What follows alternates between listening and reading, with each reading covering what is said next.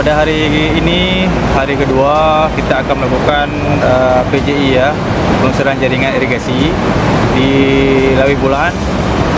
Gunanya adalah untuk melihat bagaimana kondisi terkini ya pada saat ini terkait dengan jaringan di Lawi Bulan. Apakah masih bagus ataupun ada sedimentasi ataupun masih banyak yang harus adanya perbaikan. Dan hasil PJI ini kemudian besok kita sama-sama kita melakukan FGD